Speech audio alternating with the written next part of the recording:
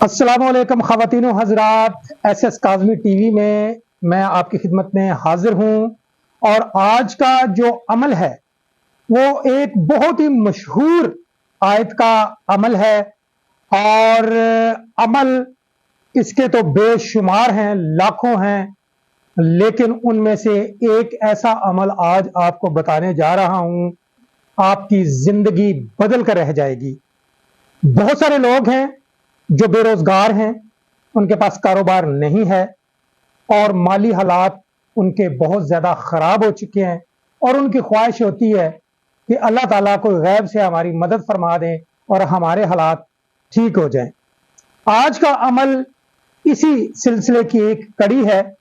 اگر آپ یہ عمل کر لیتے ہیں تو یقین جانیں نوٹوں کی بارش ہوگی۔ اور آپ نے تھم نیل پہ دیکھا ہوگا، اور وہاں پر یہ بھی لکھا ہے کہ نوٹوں کی بارش ہوگی۔ اگر عمل میں تاثیر نہ ہوئی تو یقین کریں میرا نام بدل دیجئے گا۔ آج کا عمل بادشاہ عمل ہے، اور ایک ایسی آیت کا عمل ہے کہ آپ حیران ہو جائیں گے۔ یہ وہ آیت ہے، بچے بچے کو یہ آیت آتی ہے، ہر مسلمان کو یہ آیت آتی ہے، اور گھروں میں مائیں سب سے پہلے یہ آیت اپنے بچوں کو حفظ کرواتی ہیں، اور اس لیے کہ تاکہ ان بچوں کی حفاظت ہو، اس گھر کی حفاظت ہو جس میں وہ لوگ رہتے ہیں۔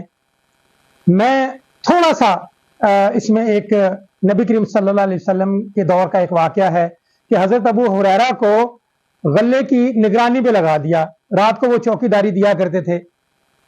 تو ایک شخص آ کے وہ گندم چرایا کرتا تھا۔ پہلے دن جب حضرت ابو ہریرہ نے اس کو پکڑا اور اس بندے نے ترلے منتاں سو معاملات کیے، اور حضرت ابو ہریرہ کو ترس آ گیا، اس کو چھوڑ دیا۔ آپ سرکار کی خدمت میں حاضر ہوئے، ابو ہریرہ نے سارا رات کا وقوعہ بتایا، اور آپ نبی کریم صلی اللہ علیہ وسلم نے فرمایا کہ وہ شخص کل بھی آئے گا تو اسے پکڑ لینا۔ دوسرے دن ابو ہریرہ حسب روایت چوکیدارے کے پہرے پہ مقرر تھے، اور وہ شخص پھر آیا اور گندم چرانے لگا۔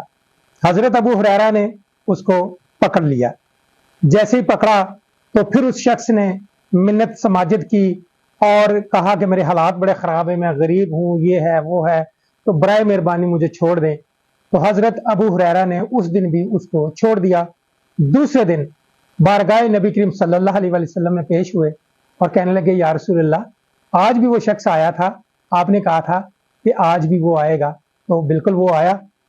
تو آپ نبی کریم صلی اللہ علیہ وسلم نے فرمایا کہ وہ جھوٹا ہے، وہ آج رات بھی آئے گا، تو اس کو چھوڑنا نہیں ہے، پکڑ لینا ہے۔ تو حضرت ابو ہریرہ نے کہا جی ٹھیک ہے۔ حسب روایت حضرت ابو ہریرہ رات کو چوکیدارے کے پہرے پہ موجود تھے۔ پھر وہ شخص آ گیا تیسری مرتبہ اور گندم چرانے لگا۔ حضرت ابو ہریرہ نے اس کو پکڑ لیا۔ اس نے کہا اب جو سے نا تمہیں جانے نہیں دینا، کیونکہ میرے نبی کریم صلی اللہ علیہ وسلم نے فرمایا کہ تمہیں پکڑ کر ان کی بارگاہ میں پیش کیا جائے۔ تو وہ شخص رونے لگا، چلانے لگا، اور بہت سارے مسئلے مسائل بیان کرنے لگا، اور کہنے لگا ابو ہریرہ میں آپ کو ایک ترکیب بتا دیتا ہوں، آپ کی گندم کو کوئی شخص چرانے نہیں آئے گا۔ تو حضرت ابو ہریرہ نے کہا وہ کون سی ترکیب ہے؟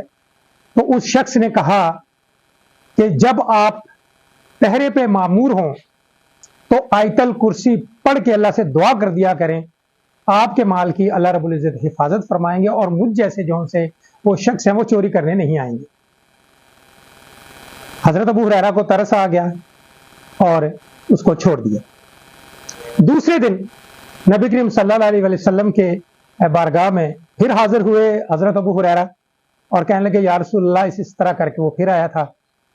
تو آپ نبی کریم صلی اللہ علیہ وسلم نے فرمایا کہ اس نے کیا کہا؟